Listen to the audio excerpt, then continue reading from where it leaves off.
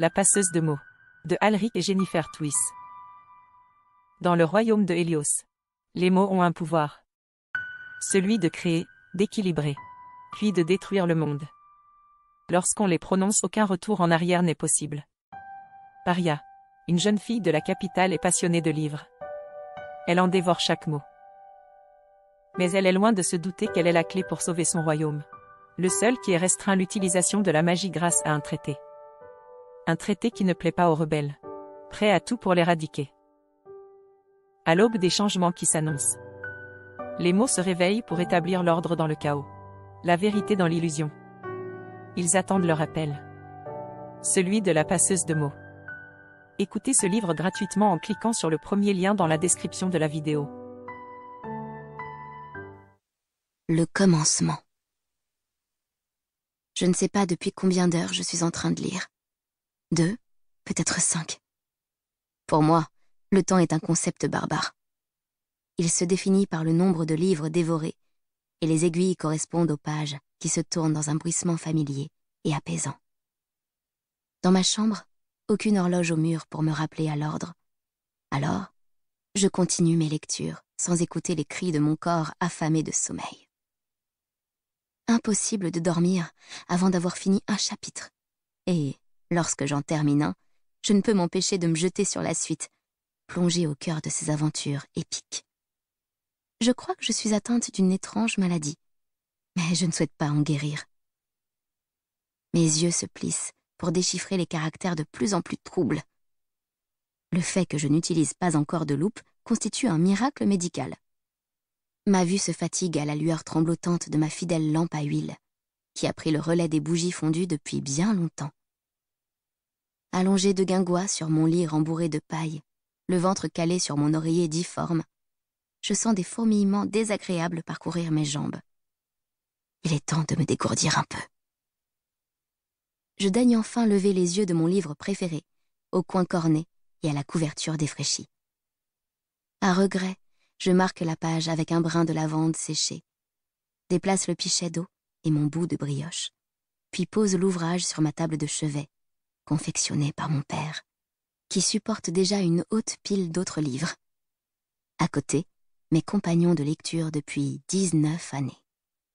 3 figurines en bois, grossièrement taillées, en forme de dragon, de chevalier et de princesse. Mon père sous-estime la variété de protagonistes qui peuplent mes romans. En grandissant, j'ai compris que le héros, ou l'héroïne, n'est pas toujours celui ou celle que l'on pense. Mon corps, pris au piège sous un tas de courtes pointes tricotées par ma mère depuis ma naissance, se déroule. Je traverse ma chambre mansardée, zigzag entre les livres amoncelés. Parchemins, plumes et bouteilles d'encre jalonnent mon parcours jusqu'à la fenêtre. J'essaie de ne rien renverser. Les craquements incessants du bois usagé m'obligent à rendre mes pas légers, sous peine de réveiller toute la maisonnée.